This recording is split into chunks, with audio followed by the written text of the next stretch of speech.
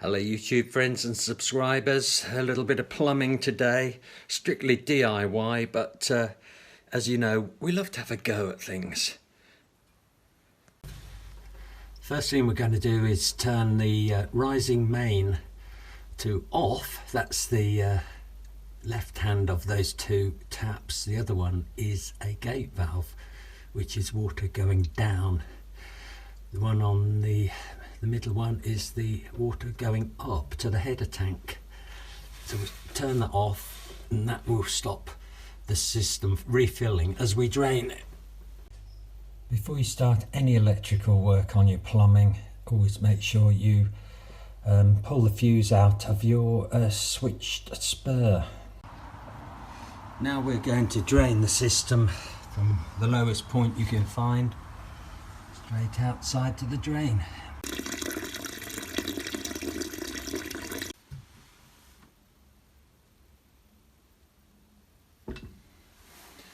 Right, the problem we've got today is that the heating has stopped working. The 3 amp switch spur had blown, and we don't quite know what the problem is, but we've started here with this Honeywell three-way valve, diverter valve, Y-plan diverter valve, and as lots of you plumbing guys will already know, you have this slider on the bottom here to switch it from manual to auto. Listen to what happens when we move this one.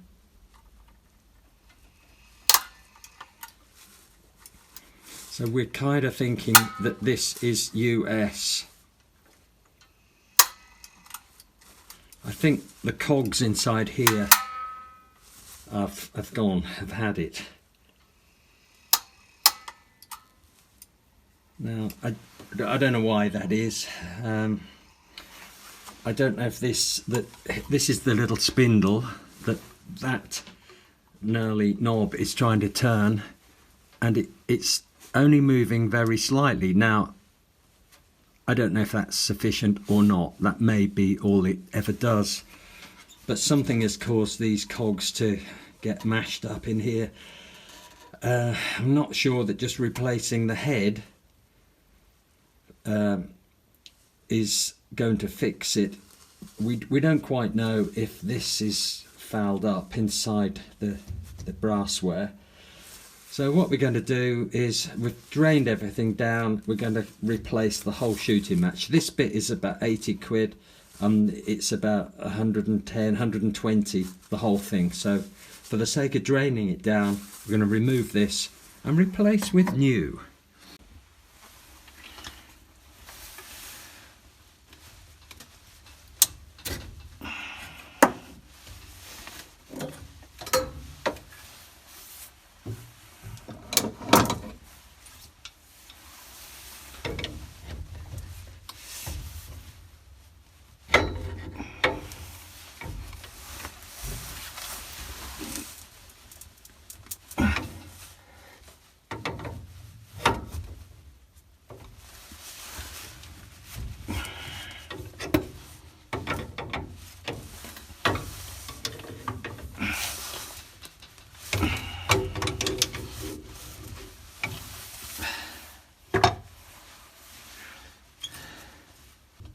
If I was a carpenter, you were a lady, would you marry me any old way?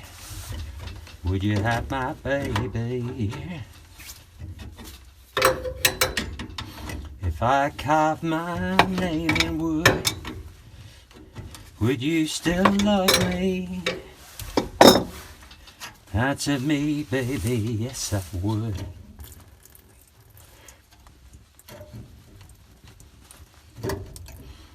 Put you above me. Ooh.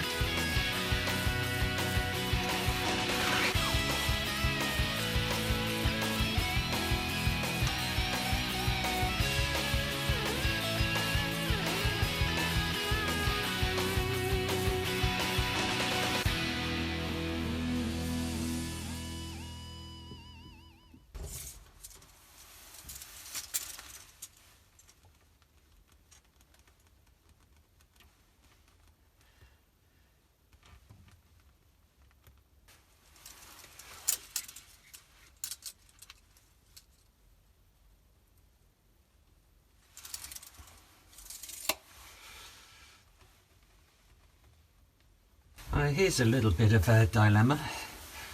The pump comes supplied with rubber washers.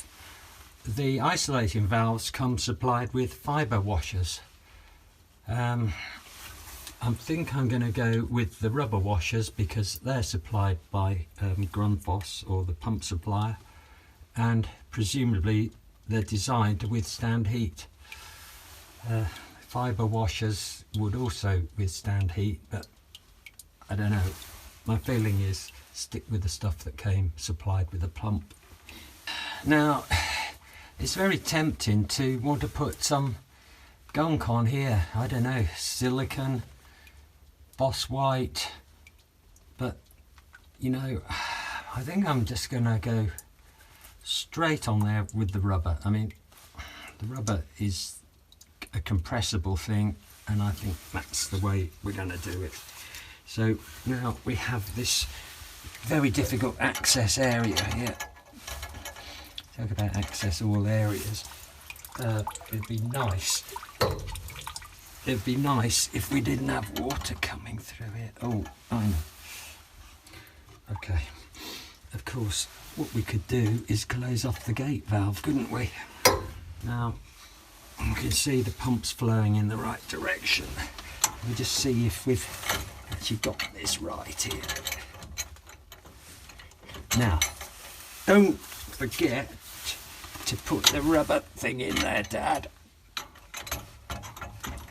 or you're going to be sorry. Bloody hell.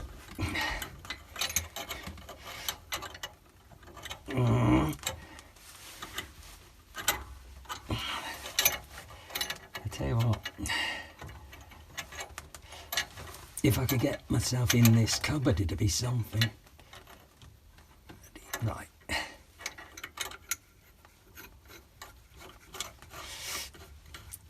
These airing cupboards are always tight. Okay, that's one side. Come on, Dad. Interesting how something's not quite in line anymore.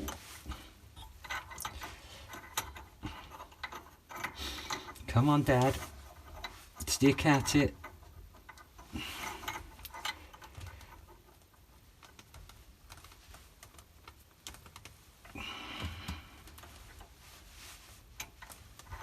Come on.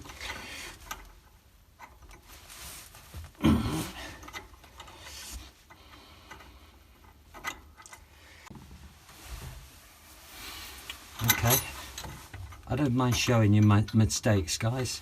Now, if this piece of tube here was, say, 10mm shorter, that would allow the pump to move across and it would then line up properly.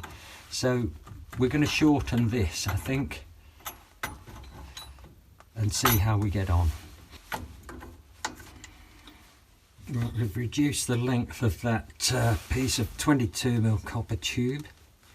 It looks incredibly short now, but I'm cautiously optimistic that that is now going to marry up to there. So we will just give it a little bit of a tighten, just to encourage it to stay in the right place. Make sure everything's definitely in. But that's just nip top.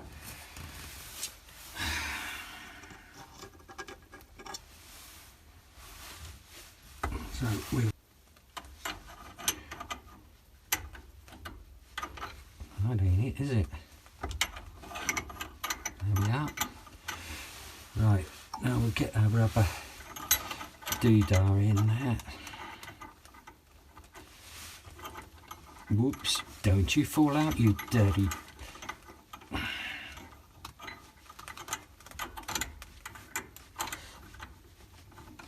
Come on, you know you want to. Working left-handed as usual.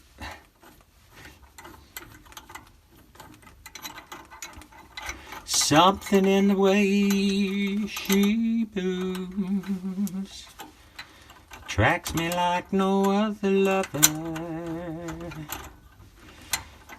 Something in the way she woos me. I don't want to leave her now. You know I believe in hell.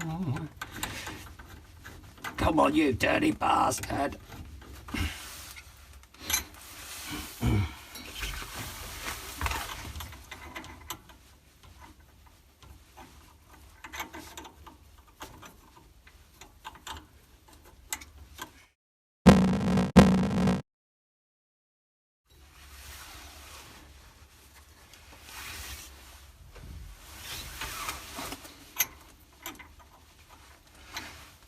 Something in a smile it shows I don't need no other lover. Something in a smile that shows me I don't want to leave her now. You know I believe in hell. Right, okay. That's that roughly in position. What we're going to do now is get the spanners on it and Stilsons and see if we can tighten it up into position.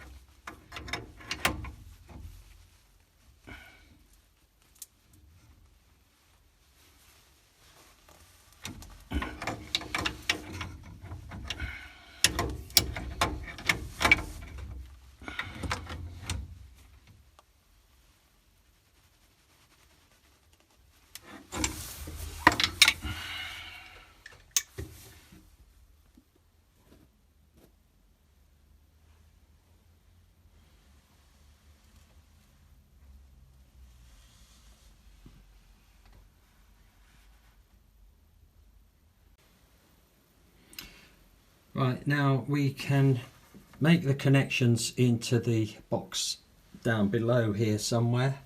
Unfortunately, the old pump doesn't seem to have quite the same configurations, otherwise that would be a luxury to just plug that in. So what we will do is I will be getting my electrician friend who will come round here and poke the correct cables in the right places. Right, unexpectedly the system wouldn't fill up with water, so when I came up into the roof here, the header tank was absolutely minging with some kind of, it had like a 2-inch thick crust on it, looked like something out of a custard pie factory. Anyway, I've scooped all this muck out of here. This is the last bits of gravy there, and this is a warning. Always make sure you've got a lid on your header tank. Yeah, obviously one of the next things we're going to need to do is give this whole system a flush out with chemicals and see if we can get rid of some of that crud in there. Any tips on that, please leave them in the comments below, because that didn't look very good, did it? Thanks for watching, everyone. Hope you found that moderately interesting. A DIY version of how to replace a couple of airing cupboard components, the 3-way valve, or the motorised valve, and the pump. One thing I would say just before I go is that I was on my way to Screwfix to pick up these parts. The Grundfos pump was going to be $144.99. I went to my local plumbing supplies, £136.86 including VAT. So you work that out for yourself. The 3-way valve, the Honeywell, was going to be £126.98 at Screwfix, and I was sold it for £109 at my local plumbing supplies. So support your local plumbing shop, guys, and they'll always be there to help you out when you need them most. And the good point is they give you advice as well, and they've got a lot of experience. Thanks for watching. Subscribe if you would like to, please. That would be very nice, and you'll be able to see what else we get up to as we do our little jobs around the house and around the car, and even some photography tips.